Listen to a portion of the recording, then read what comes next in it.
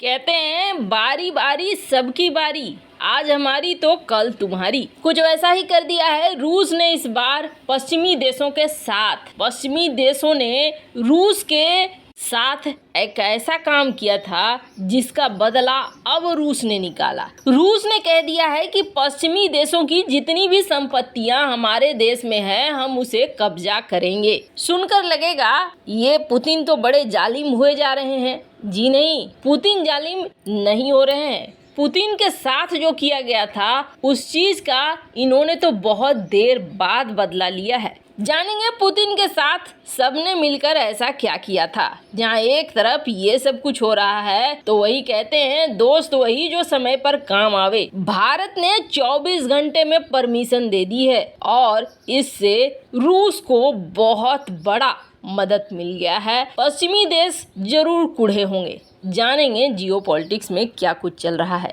आइए जानते हैं इन खबरों को विस्तार से। एक समय था जैसे ही रूस यूक्रेन युद्ध शुरू हुआ ना, चाचा बाइडेन ने ये फरमान जारी कर दिया कि जितने भी कंपनी है सब निकल लो वहां से और रूस को एक बड़ा आर्थिक झटका दो। खाएंगे क्या पिएंगे क्या वहाँ के लोग, समझ में उन्हें आना चाहिए कि हम क्या चीज है। शुरुआती दौर ऐसा था, जो ये ग्राफ देख रहे हैं आप, सितंबर 18 2022 का ये ग्राफ है। कुछ इस तरीके से था कि अमेरिका की 351 कंपनियों ने तुरंत छोड़ दिया कि भैया हम जा रहे हैं, हमारे पास फरमान है। 294 ऐसी कंपनियां थी जो वहां पर थी और कह रही थी कि अच्छा रुकते हैं, देखते हैं क्या होता है, क्या ये प्रतिबंध जल्दी हट जाते हैं। जर्मनी के 105 तुरंत छोड़ गए, 247 रुके रहे। यूके के 141 तुरंत छोड़ गए, 93 रुके रहे। फ्रांस के 50 चले गए, 107 रुके रहे।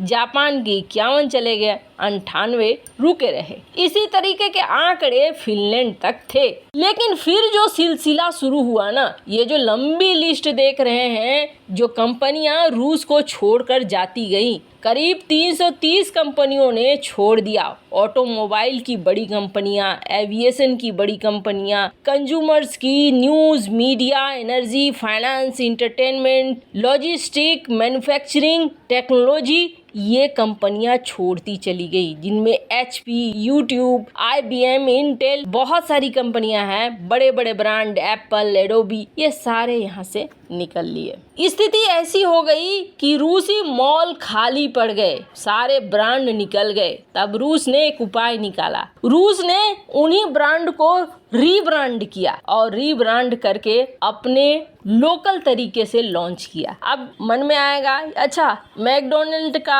एक नया वर्जन बना लिया तो क्या हुआ, क्या खाने में वैसा ही लगेगा? बिल्कुल ही वैसा ही लगेगा, क्योंकि ये कंपनियां सिर्फ अपना नाम देती हैं। बन यहीं बनता है, चीजें यहीं बनती है, यहीं पर सेट होता है, सिर्फ एक ब्रांड नेम दिया जाता है। तो खाने का स्वाद तो वही रहा, लेकिन नाम अलग हो गया। एक तरीके से इन कंपनियों ने निकल कर रूस के लिए भला का ही काम किया। रूस आत्मनिर्भर हो गया और आत्मनिर्भर बनकर रूस ने नए ब्रांड लॉन्च किए और यहाँ पर काम चलने लगा। रूस का पैसा रूस के अंदर ही रहने लगा, किसी दूसरी कंपनी के पास नहीं जाने लगा। अब पश्चिमी देशों ने ना एक बड़ा गंदा काम किया रूस के साथ। पश्चिमी देशों ने एक नियम पारित किया, जहां मिले रूस का पैसा दबोच लो। रूस का जो धनी वर्ग है, करीब कहा जाता है 1000 बिलियन इन्होंने दुनिया भर के देशों में पैसे रखे हैं। इसके अलावा सरकारी बात करें तो रूस का सरकारी पैसा दुनिया भर में करीब 300 बिलियन डॉलर के आसपास है। 1000 बिलियन,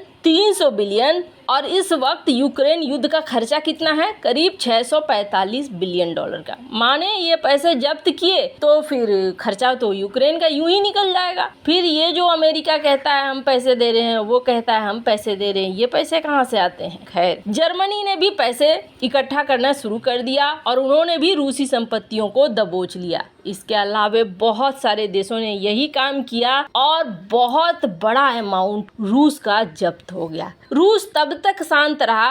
अब उसके बाद क्या खेल होता है, ये देश जब पैसा जमा कर लेते हैं तब जेलेंस्की, ये कॉमेडियन, पहुंचता है यूएन और यूएन में कहता है भैया तुम लोगों ने पैसे जब्त किए, बहुत अच्छी बात है, हमें पैसे की जरूरत है, जो जब्त किए पैसे रूस के वो पैसे हमें दे दो। एक बार को कानों को यकीन नहीं हुआ कि जेलेंस्की जब्त किए गए पैसे मांग रहा है। अब इस पे चचा बाइडेन कहते हैं ठीक है, यहाँ पर एक वोटिंग करवा लेते हैं। अगर यूएन कहता है कि पैसे दे दो तो हम तुम्हें पैसे दे देंगे। यहाँ वोटिंग होती है, 74 देश इस वोटिंग में हिस्सा नहीं लेते हैं, 14 देश निगेटिव में वोट करते हैं, लेकिन 94 देश हैं जो कहते हैं कि हाँ ये पैसे यूक्रेन को दे दो।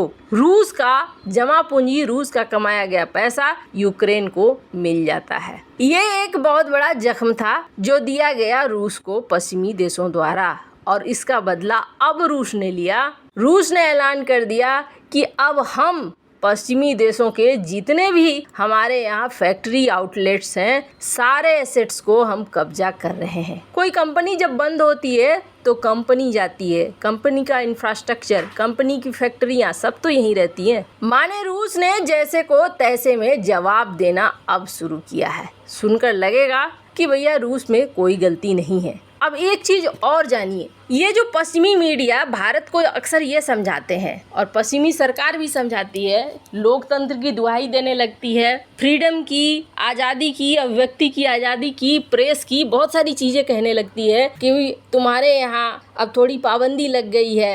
इन्होंने जब रूस ब्रॉडकास्ट करता है, रूस जब न्यूज़ देता है तो पहले तो बहुत काट छाट कर दिखाया जाता था। रूस का पॉइंट दुनिया के सामने निकल कर नहीं आए कि रूस क्या कहना चाहता है। अब कहा जाता है कि कई जगहों पर प्रतिबंध लग गए हैं कि रूसी कंटेंट अब नहीं दिखाए जा रहे हैं। ऐसे करने से तो रूस का क्या पॉइंट है ये कभी समझ में नहीं आएगा। इस युद्ध का सिर्फ एक तरफा जानकारी मिलेगी और वो है वेस्टर्न मीडिया की जानकारी। रूस ने भारत से संपर्क किया। रूस की एक सरकारी एजेंसी है आरटी जो न्यूज एजेंसी है, सरकार द्वारा फंडेड है। इसने भारत के प्रसार भारती को एक एप्लीकेशन दिया।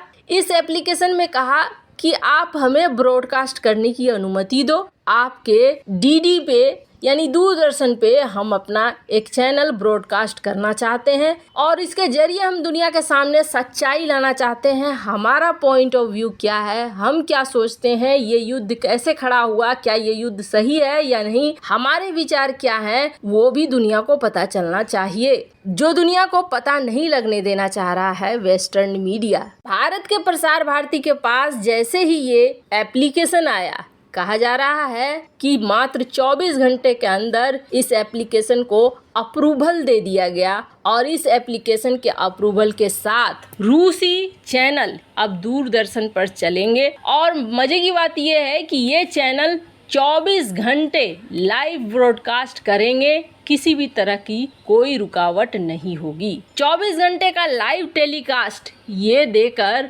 भारत ने जहां रूस के साथ दोस्ती निभाई तो वहीं वेस्टर्न मीडिया जरूर दुखी हुआ होगा। वैसे आपको क्या लगता है, भारत ने जो ये किया ये सही किया या नहीं? रेफरेंस के लिए आप देख सकते हैं आरटी इंडिया का एक ट्वीट जिसमें ये कहते हैं कि हम यहाँ पर आ रहे हैं, 24 घंटे आपके देश में हम चलाएंगे अपने न्यूज चैनल को और ये आएगा डीडी फ्री डिश में चैनल नंबर 94 पे।